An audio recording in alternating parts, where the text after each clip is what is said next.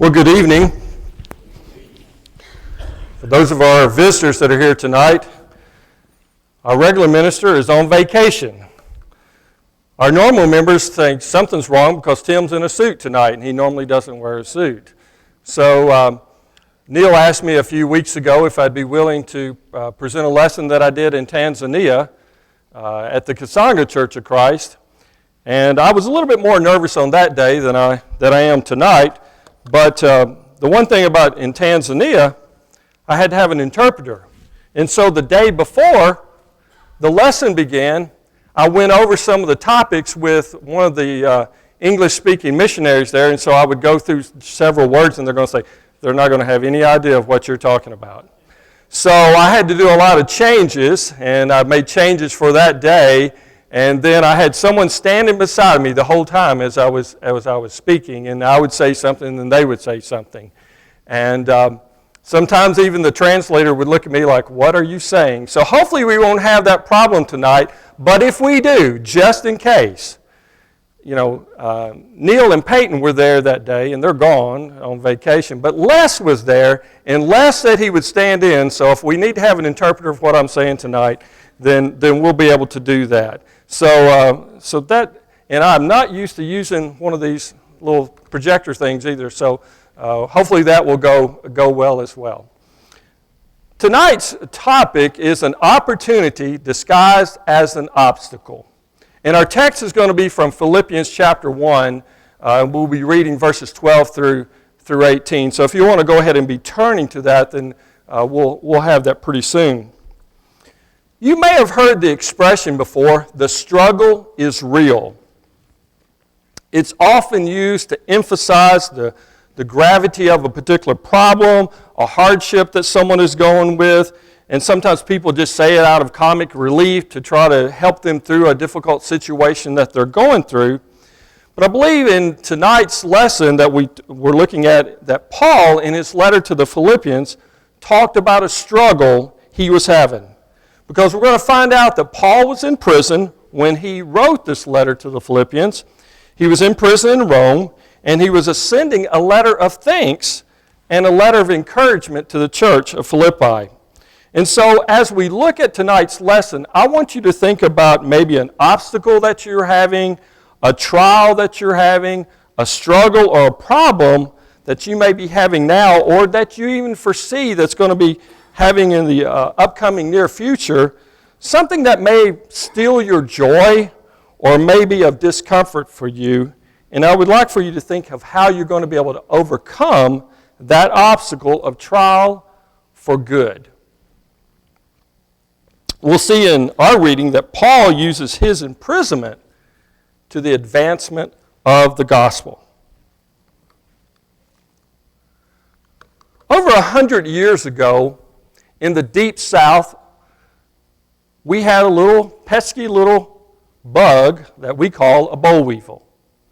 The boll weevil came up from Mexico, migrated into Texas, and then it came all the way across into several of the southern states.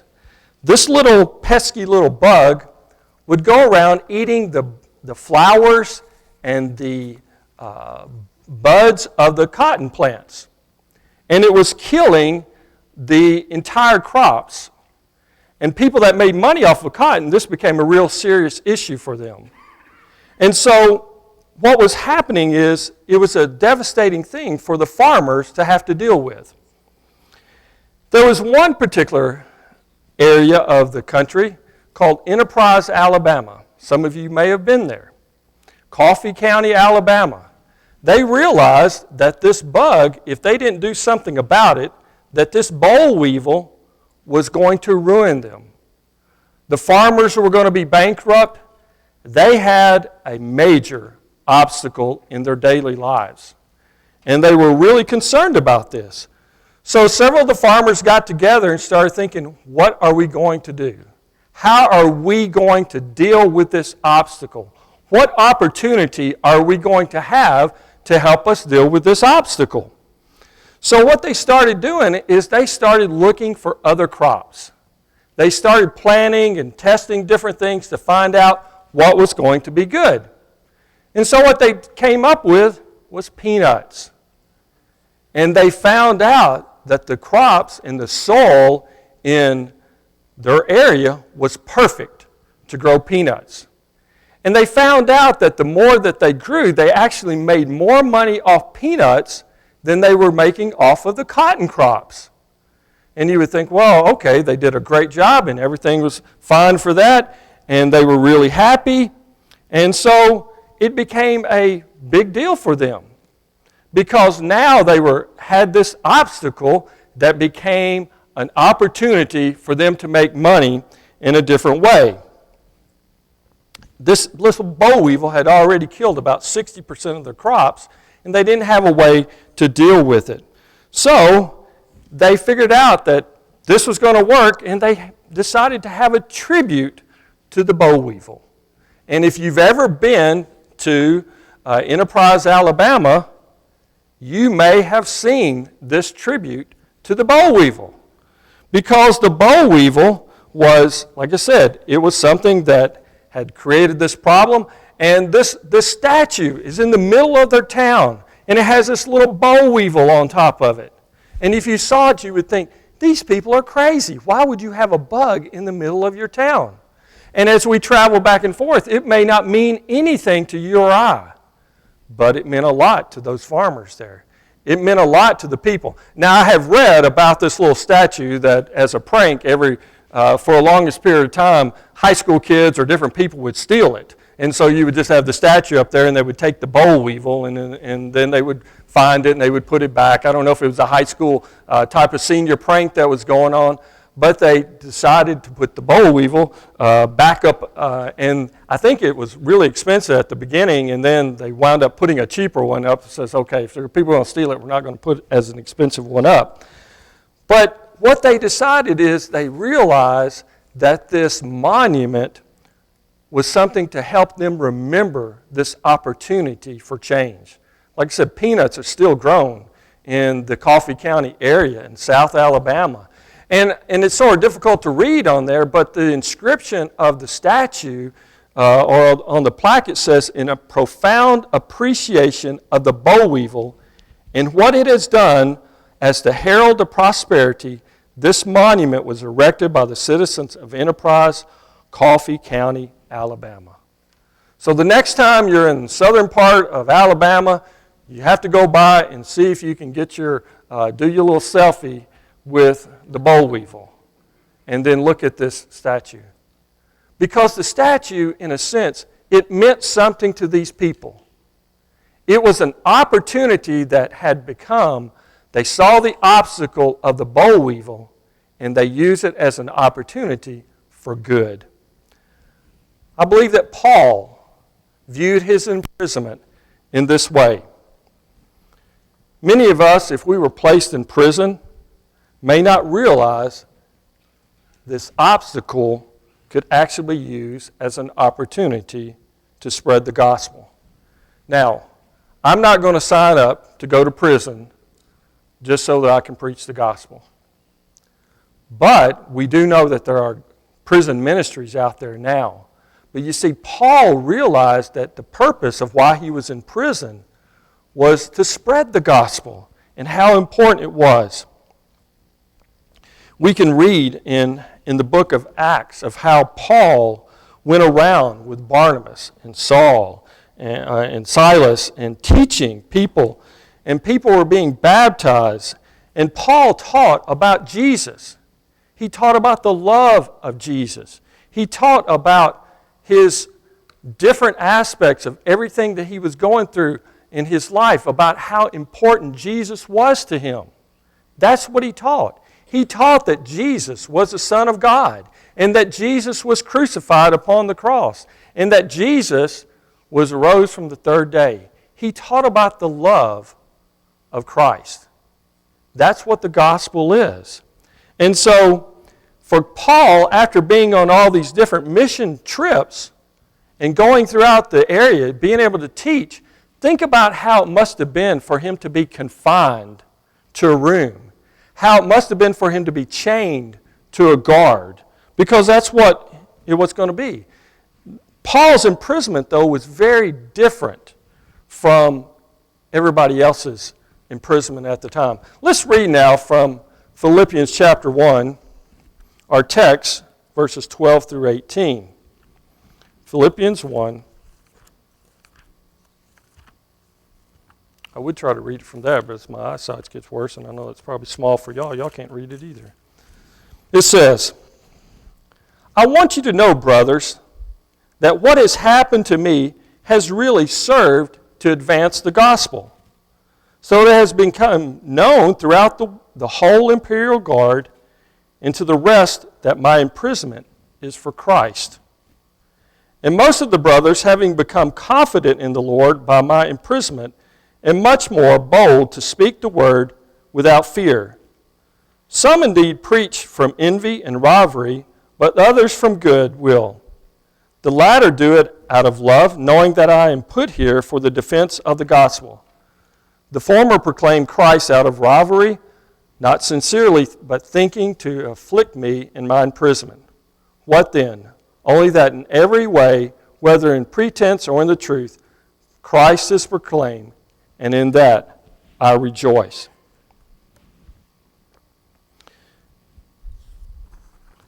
If we look at verse 13, it tells us a little something about Paul in his imprisonment, of why this was different. First of all, it said that he was chained to an Imperial Guard.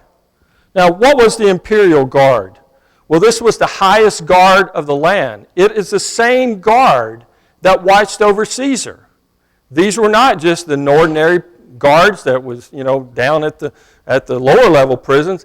This was very important guards. They realized that where Paul was placed was much more different than several of the other places. And the neat thing about this is, what were the guards able to do? First of all, like I said, they were chained to him. For 6-hour shifts, they would be chained to him. And so he would go through a set of guards multiple times during the day. And when the guards were there, what would guards do? Well, first of all, they would hear Paul pray. The second thing they would have to do is if Paul wrote anything, they would read it. If Paul had visitors, and he did, we know that he did because then the Philippians said Epaphroditus to him and brought him gifts. So when he had visitors, they would listen to the conversations. They would also hear him talk about the gospel. He took that opportunity to tell them about Jesus, about the love of Jesus. And if you think about it, in our Wednesday night class, what have we been talking about? What is evangelism? What are we to do? Is to go and spread the gospel. And that's what Paul was doing. He was spreading the gospel through these guards. He was able to do this through the entire household of Caesar's. And we'll get to a point here in a moment to see how that actually went. But in Philippians chapter 2, you actually read about Epaphroditus and Timothy. And so the guards, like I said, they would have heard his prayers. They would have seen maybe their captain treating people one way, beating, hitting them, cussing, or doing whatever. But that's not how Paul reacted. Paul was an apostle. He was an example for them. And if you think about it, when we live our lives as Christians, aren't we to live as an example for others? Do people hear you pray? Do they see you pray?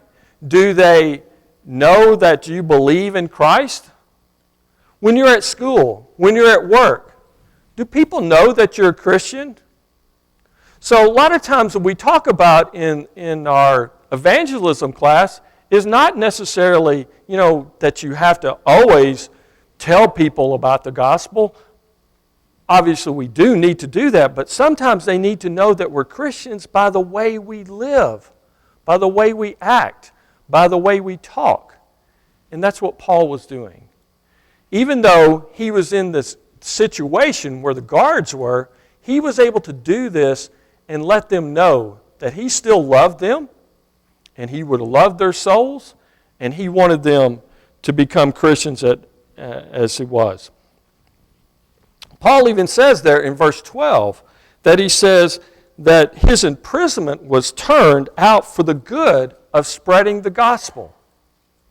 So think about sometimes when we go through life situations, have there been something that you've been dealing with that you thought was an obstacle, that was a difficult thing, that now, if you think about it, this gives me an opportunity to talk to somebody about Christ.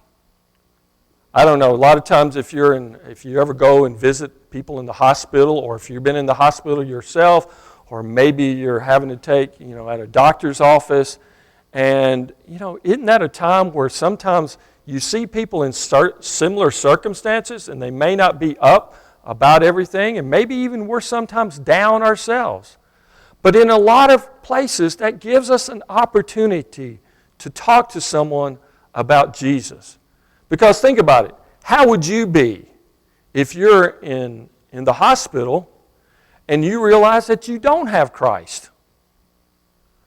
How would you be in your day-to-day lives if you knew that you were lost and you didn't have Christ? Think about what He has done for you and continues to do for you. And that's really where we are with things. Now, I want us to look at some points here of Paul's opportunities that he had in prison.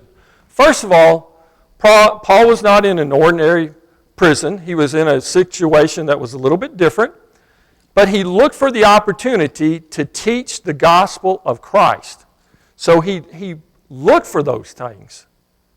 Are you looking for opportunities to talk to others about Christ? Paul had visited all these different churches, and we can follow his missionary journeys. So being shocked of being put in prison and all of a sudden being able to think, he could have said, "Oh God, what have you done to me? Why have you put me here in prison? I can't do nothing for you now." That would have been one way he looked at it, but he didn't. He realized that what he was there was going to be for the good. And it was something that, if you look at chapter 4, verse 22, is a very key part for us. I want us to flip over there to Philippians chapter 4, verse 22. Because if you don't read this, you may think, well, what's the big deal about Paul being in prison? But I think there's some key verses here that we have to consider.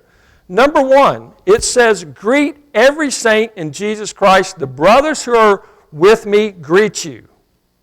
Now, where did we say that he was? He was in prison. Who are the brothers that he's talking about right here? If we continue on, it says, "All of the saints greet you, especially those in Caesar's household." Now, how would he refer to anybody? Did he say that these saints came from heaven down to him? Of course not. Are you a saint? I see some heads nodding. And I know that if your head's nodding, that does not mean that you think that you're perfect. But we are the saints, right? Okay, so if they're saints is who he's referring to Christians. This is the term that he was talking about. The saints or the Christians greet you, especially those in Caesar's household. How did they find out? How did Caesar's household find out? How did they become Christians? Well, I can tell you. He was chained to those guards, and those guards talked. And some of those guards became Christians. They became faithful members of the church. How do we know that? Because that's basically what we have saying right here, that they were from that. And Paul was in prison, like we said, when he is writing this. If you think about it, have you ever had something bad to happen to you? As Christians, it's going to happen to us one way or the other. We may have something bad, but it may turn out for the good. And sometimes it's difficult for us to see the good in the situations that we're in. And so if we think about those particular things, sometimes our conversations that we have with others may be difficult. But in the end, we can realize that it's such a blessing for us. Now, another note, if we went back to the beginning of the chapter there in chapter 1, Paul used a term for the furtherance of the gospel. Now this, or the advancement of it. That is the same Greek word that they used when they would have people to go out in the Roman army would go out. And they would take a group ahead of them to clear the way. They would clear the way for the big army to come through so that the army could advance. So what Paul was doing is he's saying here, what he was chained up in spreading the gospel allowed for the gospel to be furthered, to be pushed out to more areas, to be advanced into another part. In 2 Timothy chapter 2, in verse 9, it says, "For which I am suffering, bound with chains as a criminal, but the word of God is not bound." You see, sometimes we may think that we're bound and that we're not going to be able to continue with the furtherance of things. But being chained up does not mean that we can't tell people about Christ. Whatever our circumstances may be does not mean that I can't talk to someone about Christ. I think so often we have gotten so afraid in our country to talk to others about Christ because we're afraid, oh, we can't do that, we'll get in trouble at work. And yes, there are ways that we need to be careful with that. But we can talk to people about Christ. In whatever situations we are in, we need to look for those. And I think that's the difference between Paul, is that he looked for that way to be able to talk to others about being able to go. And he wanted us to know that this advancement is not because it's bound by some chain. God is going to use us. And guess what? If you're not going to be willing to be used, God's going to find somebody else to use to advance that gospel. Because the gospel of Christ is going to be advanced. I heard a preacher say once, stop telling God how big your problems are, but tell your problems how big your God is. And I thought that was a pretty interesting saying because we all have problems. We're going to have different problems in life. And sometimes we want to say, God, these are our problems that we have. I can't do this now because of whatever circumstances I'm in, whatever this ailment I'm dealing with, whatever my financial situation I'm in, whatever my job situation, my medical situation. I can't do this anymore, God. You put too much on me. But we know that's not true, don't we? We know that God is always going to help us deal with those obstacles. And sometimes we have to look at those of how we deal with them. We have to not look at that we're defeated. We have to try, for whatever circumstances we're in, look at those opportunities to be able to advance the gospel, to talk to somebody about the gospel. I like World War II history. I like to watch a lot of World War II movies. And so if there's movies on, it's World War II. I'm fascinated a lot of times with World War II. And I really like to study a lot about Adolf Hitler because it's such an interesting person of what all he went through and was doing for stuff. And last summer there was a movie that came out called Dunkirk. I watched it on the plane flying over to Africa. I wanted to watch it. I'm glad I really didn't go. I don't spend money to watch any movies. My family will tell you I'm cheap. I'm not going to go sit in a movie. So if it's not on Netflix and that one wasn't, then I probably haven't seen it yet. But Dunkirk, this movie was on the airplane. So the funny thing about it was all in subtitles, and it was really hard to watch. But the history of Dunkirk is a very fascinating story. I don't know if you've ever really have paid any attention to it. The movie doesn't really get super in-depth about it. But what was happening at Dunkirk is the Nazis were coming across France, and they were basically just winning big time. You know, they were taking hold and taking capture of everything, and there was all these different discussions, and even the British were like, oh, I think we're going to need to surrender and have some kind of little treaty with them so that they don't come into our country. And what was happening is all these people were getting captured, and they needed to get the British soldiers out of Dunkirk because that's where they were all being funneled back into. And what was happening in Dunkirk also was that it was a port. And the bombers were coming in and they were taking out a lot of the ports so that you couldn't get the big boats in to rescue the people. And so all these soldiers were trying to get out. And Winston Churchill had initially predicted that that they could save 30 to 40,000 soldiers. And this was going to be one of the major has been considered the biggest evacuation in world history. And it was such a big thing that was happening. It took place between May 26 up to June 4. So, in 1940. So in this time period in 1940. So, not quite 100 years ago, but, 60, 70 years ago is when this was taking place. So what they also decided to do was they decided, hey, let's see if we can get some help because our boats, we don't have enough people to get everybody out. So what they decided to do is they solicited civilians to be able to come and help. And part of the movie, if you've seen it, you have this family where this man, he's going straight towards the coast. He's going to go help. Well, they wound up getting out over 300,000. But what's interesting about the story that a lot of times you don't hear about is that there was one man on this little bitty boat called the Tamzine. And it was basically a little fishing boat, little sailboat. And what this man did was he would sail that over there and he could pick up one or two at a time.